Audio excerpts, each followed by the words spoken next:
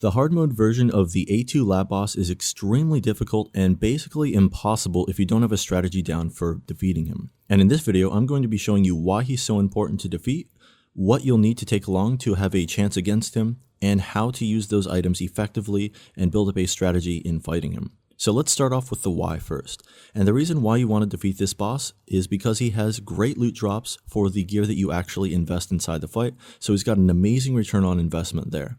The second reason is because he essentially serves as a gatekeeper for B1 and B2 hard mode, and you need to defeat him before you carry on to those levels. So if you don't defeat him, you can't go to B1 and B2. Now, as far as the gear that you're going to need for this fight, obviously you're going to need those armor-piercing weapons because this is hard mode lab, but you can actually be a bit flexible with your choices.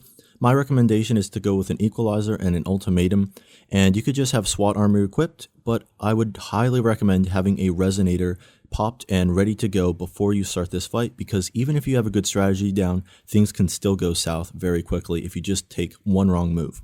Now, before we actually get into the fight here, let's take a look at some HP points that we need to watch out for. These HP points are when the boss is going to trigger his one-hit kill move, and I'm going to show you an example of that. What you want to do is get his HP to around that threshold, and then you want to get him into a corner so that you can avoid his one-hit kill move. So the idea here is to get his HP to around that 950 mark with the equalizer, since we can tap that pretty quickly and we get a pretty standard value of 10 damage each time.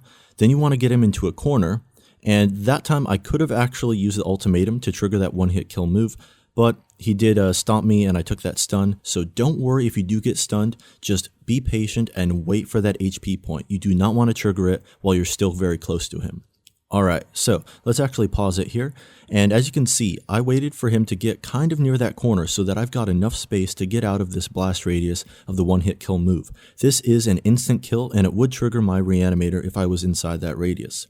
So as you can see here, I can move out to this corner, because when we triggered it with the ultimatum, we had a bit more leeway and a bit more range already ahead of us so that we could have a little bit more wiggle room to move around. So now we're going to want to get him to that 650 point.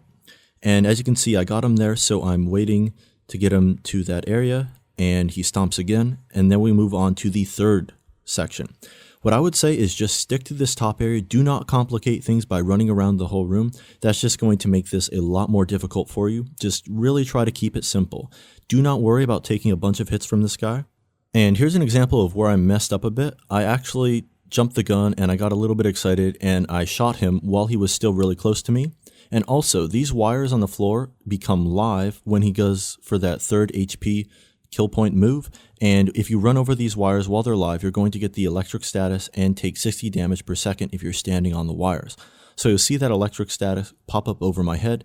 And what I should have done here was just been a little bit more patient and gotten him into the corner and not fired so close. But sometimes you do get lost in the heat of this battle, you get a bit excited and you jump the gun. However, that reanimator did save me here. So, important parts to remember about this whole process. Just watch out for those HP points that I mentioned before, and don't worry about getting stunned or hit by him a bunch. Up until those points, just keep healing and you'll be fine. The only thing you need to watch out for is those HP points and that one-hit kill move. You could also utilize the sprint and the roll move if you want to get a bit more edge on him when he's using that one-hit kill move, but if you use the ultimatum, you'll have a bit of range.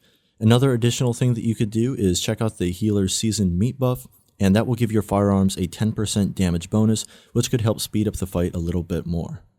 And here's a little piece of ending concept artwork that the devs posted a while back, and it shows what this boss looked like before everything went south in the lab, and I thought that was pretty interesting to see what he actually looked like before the whole mutation took over.